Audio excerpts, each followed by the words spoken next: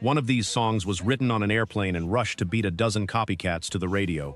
One of them is about a cop who fools truckers into a speed trap using their own CB radios. The site rights. So they got married and lived happily after Hampton. Welcome back to the channel that goes back and digs deep. Today, the country joke songs that somehow became genuine global hits.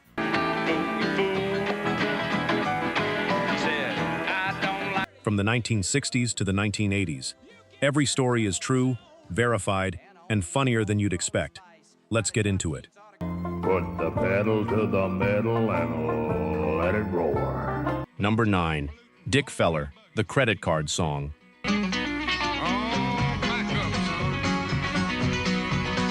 Dick Feller spent years writing hits for other country stars before finally landing one of his own, and the song that finally did it poked fun at something almost every American household was just beginning to deal with. Well, I figured it up in over a period of time, just $4,000. Feller had already established himself as one of Nashville's most reliable comedic songwriters, penning Johnny Cash's 1972 hit, Any Old Wind That Blows, and, even more notably, writing Lord, Mr. Ford for his frequent collaborator Jerry Reed, which became a #1 smash.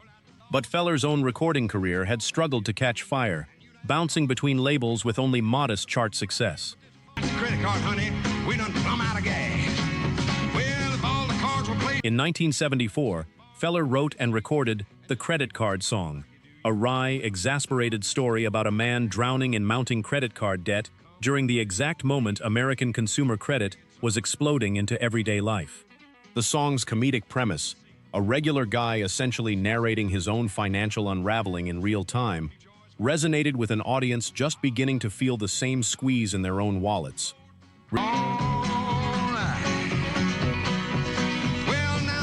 Released on United Artists Records, the Credit Card Song climbed to number 10 on the Billboard Country chart, becoming Feller's biggest hit as a performer. Feller and Reed's songwriting partnership continued for years afterward, eventually producing material for the massively popular 1977 film Smokey and the Bandit, in which Reed starred. With me, Lucille, in my smoking, choking on. Feller even wrote for John Denver later in his career, penning the ballad Some Days Are Diamonds, proving the same writer capable of a joke about maxed-out credit cards could turn around and write something entirely sincere. Well, it seemed your contribution to man, to say the least, got a little... Number 8. Jerry Clower, a Coon hunting story. Box and punched a couple holes in the top. When Sunday came, I snuck him in. Jerry Clower built his entire comedy career on a sales technique, and it eventually earned him a platinum record for a story that isn't even technically a song. Before comedy, Clower worked as a fertilizer salesman for Mississippi Chemical Corporation. For survival, that broke out in revival. They were jumping pews. And he discovered early on that telling funny, rambling stories about his rural Mississippi upbringing helped him close deals. He kept telling those same stories at speaking engagements around the state, and eventually, tapes of his routines found their way to a pair of Texas promoters who helped him professionally record and distribute them. Church. I was sitting way back in the very last pew.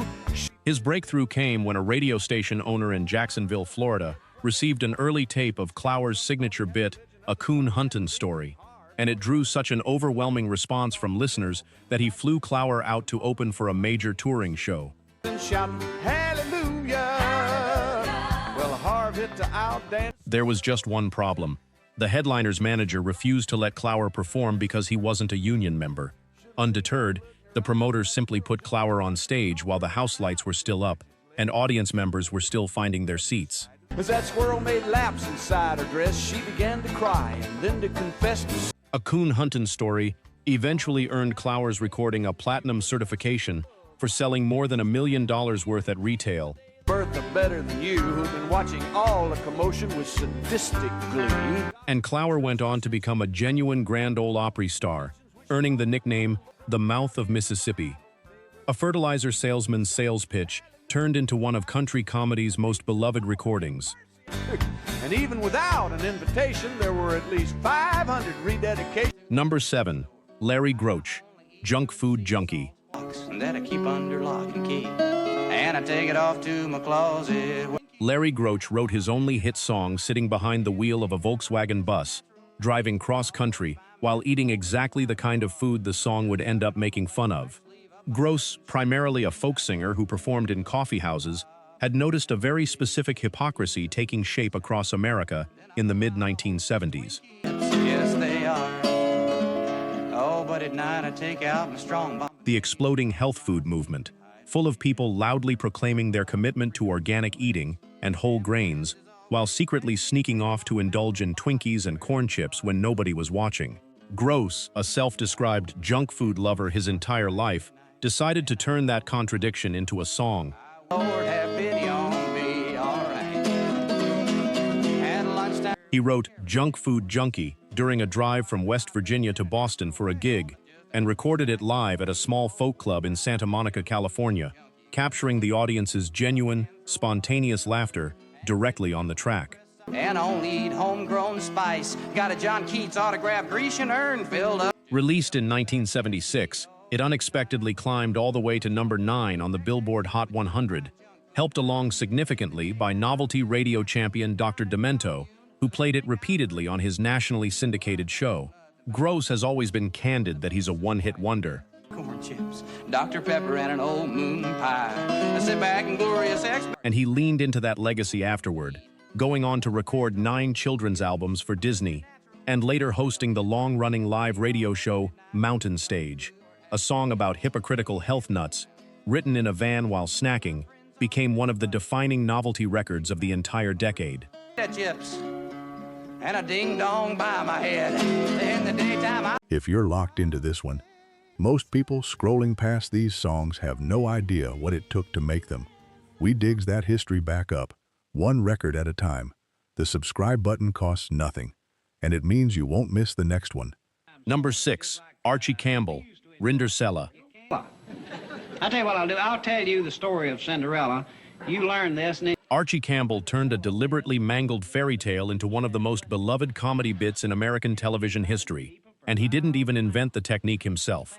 Campbell, a longtime Grand Ole Opry performer and eventual star of the massively popular television show Hee Haw, specialized in a very particular comedic device called spoonerism, deliberately swapping the first letters or sounds of words in a phrase for absurd comic effect.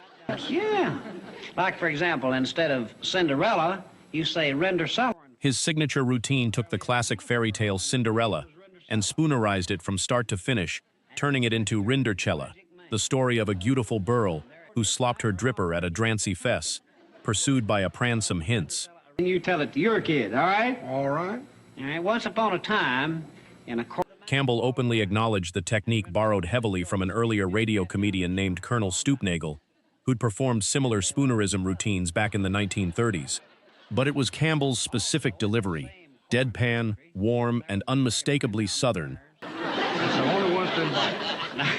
Now, Rindercella's muggly other entertainment. that turned Rindercella into something audiences requested again and again for decades. Whether he performed it live on the Opry stage, on the game show Juvenile Jury, or in front of Hee Haw's massive national television audience throughout the 1970s. Phone. But he said, now, Rindercella, you be sure and be home before... Campbell had already built a respectable recording career on RCA Victor throughout the 1960s, releasing comedy albums built around exactly this kind of homegrown rural wit. Behind a wooden hinder. And Rindercella and the Prancing Hints lanced off. Rindercella became the routine that outlasted all of them, still performed and quoted by comedians, decades after Campbell's own passing in 1987. And all at once, the mid-clock struck night. And Rindercella spaced. Number 5, Little Jimmy Dickens, May the Bird of Paradise Fly Up Your Nose. one fine day as I was a-walking down the street. Little Jimmy Dickens stood 4 feet 11 inches tall, wore flashy rhinestone suits, and delivered one of the most gleefully petty kiss-off songs in country music history. And its title came straight from a late-night television routine. I'm phoning, and I heard him saying as I turned to go. Songwriter Neil Merritt got the phrase after hearing Johnny Carson use it as an insult during one of his recurring Karnak the Magnificent bits on The Tonight Show. Merritt built an entire song structure around it, 3 separate verses, each describing the narrator behaving in a cheap, petty, or downright rude manner towards someone else.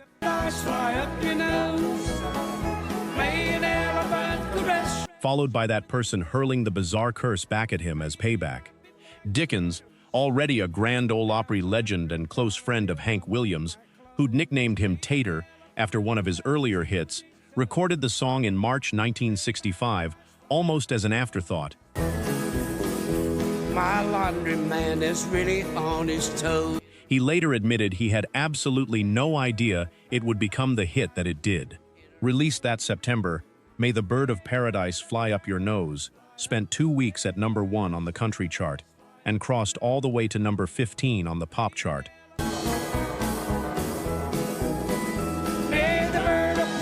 Arriving squarely in the middle of Beatlemania and somehow still finding an enormous audience. It became Dickens's only #1 hit despite a recording career stretching back into the 1940s, and around this same period, Dickens became the first country singer to ever tour completely around the world.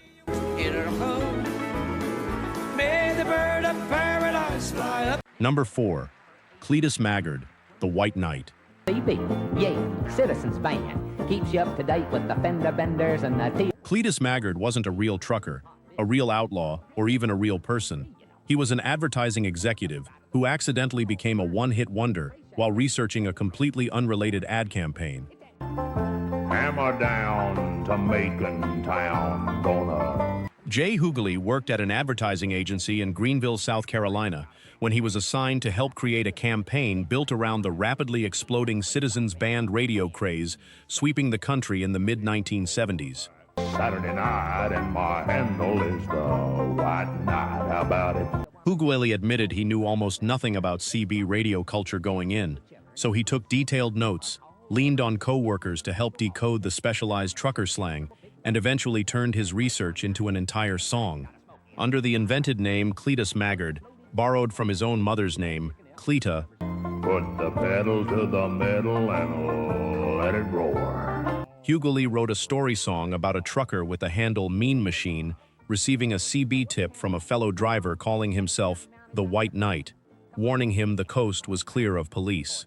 The song builds to a sharp, ironic twist. See my mama, sure. Well, the birds are gone. The White Knight is secretly an undercover Georgia state trooper, using the trucker's own CB radio culture against him to lure speeding drivers straight into a speed trap. Released in December 1975, The White Knight shot to #1 on the Billboard Country Chart in February 1976. loose and everything was fine. When wall to wall, I got a call from a front door. Becoming one of 3 separate CB radio-themed novelty songs to top the country charts that single year. It remained Hughley's only hit. He later went on to a genuine second career as a television producer, working on the hit series Magnum P.I.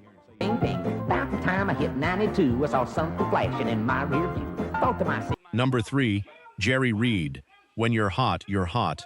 No, I don't have a love for him, just a fascination. I'm just curious. Jerry Reed turned an illegal back alley dice game into a Grammy-winning signature hit, complete with a judge who screws over an old fishing buddy without a shred of remorse. Huh? This is Palmer locked in a scary box. Oh. Reed, already an accomplished session guitarist and rising star thanks to his 1970 crossover hit, Amos Moses, wrote When You're Hot, You're Hot as a spoken-word story song.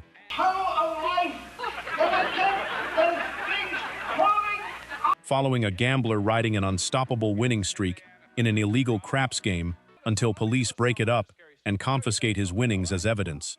When the narrator ends up in court, Tom, I have a fascination with scary stuff. It's okay. Then get in the box with... He discovers the presiding judge is an old fishing buddy of his and assumes that connection will work in his favor. It doesn't. Some of you would. I said, me too. The judge grins directly at him, fines his fellow gamblers a small amount, and sentences the narrator himself to 90 full days in jail, delivering the song's title line as the final punchline. She said, I don't have to go right home, and I would kind of like to be alone. Produced by the legendary Chet Atkins, When You're Hot, You're Hot, was released in March 1971, and spent 5 consecutive weeks at #1 on the Billboard Country chart, while also crossing over to #9 on the pop chart and earning gold certification for selling over 1 million copies. It won Reed the Grammy Award for Best Male Country Vocal Performance.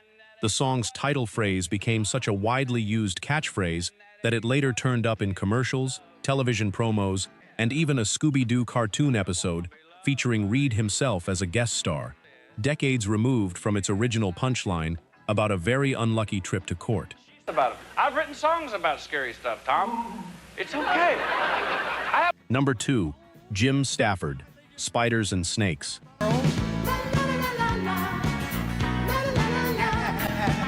Jim Stafford turned an awkward teenage memory belonging to his songwriting partner into one of the biggest crossover hits of the entire 1970s. Stafford co-wrote Spiders and Snakes alongside David Bellamy, the younger half of what would later become the massively successful duo, the Bellamy Brothers. Time I rolled them bones, I'd win, and I was just right back, I was gonna roll them again. When I heard Bellamy based the song's lyrics on real memories of growing up on a farm in rural Darby, Florida, reworking one of the very first songs he'd ever written into a spoken verse, sung chorus story about a young boy named Stafford trying to impress a girl named Mary Lou by presenting her with a frog he'd caught at the swimming hole. you're not. He said, boys, you can explain it all down at City Hall. Only to discover she despises exactly this kind of gift. Stafford, who'd grown up playing in a Florida band alongside future country rock legend Graham Parsons and singer-songwriter Lobo, recorded the track for his debut solo album, with Lobo himself producing. Out behind his courthouse and beating you like a government knew. I said, who's gonna... Released in November 1973, Spiders and Snakes spent nearly 6 months on the American charts, eventually peaking at #3 on the Billboard Hot 100 and selling well over 2 million copies. Judge, you let my friends go free, and you throw the book at me. He said, well, when you're hot. It also became an international hit, reaching #1 on Canada's national singles chart. Country legend Conway Twitty later recorded his own cover version, swapping in the name Loretta Lynn for the character of Mary Lou. You're hot, yeah.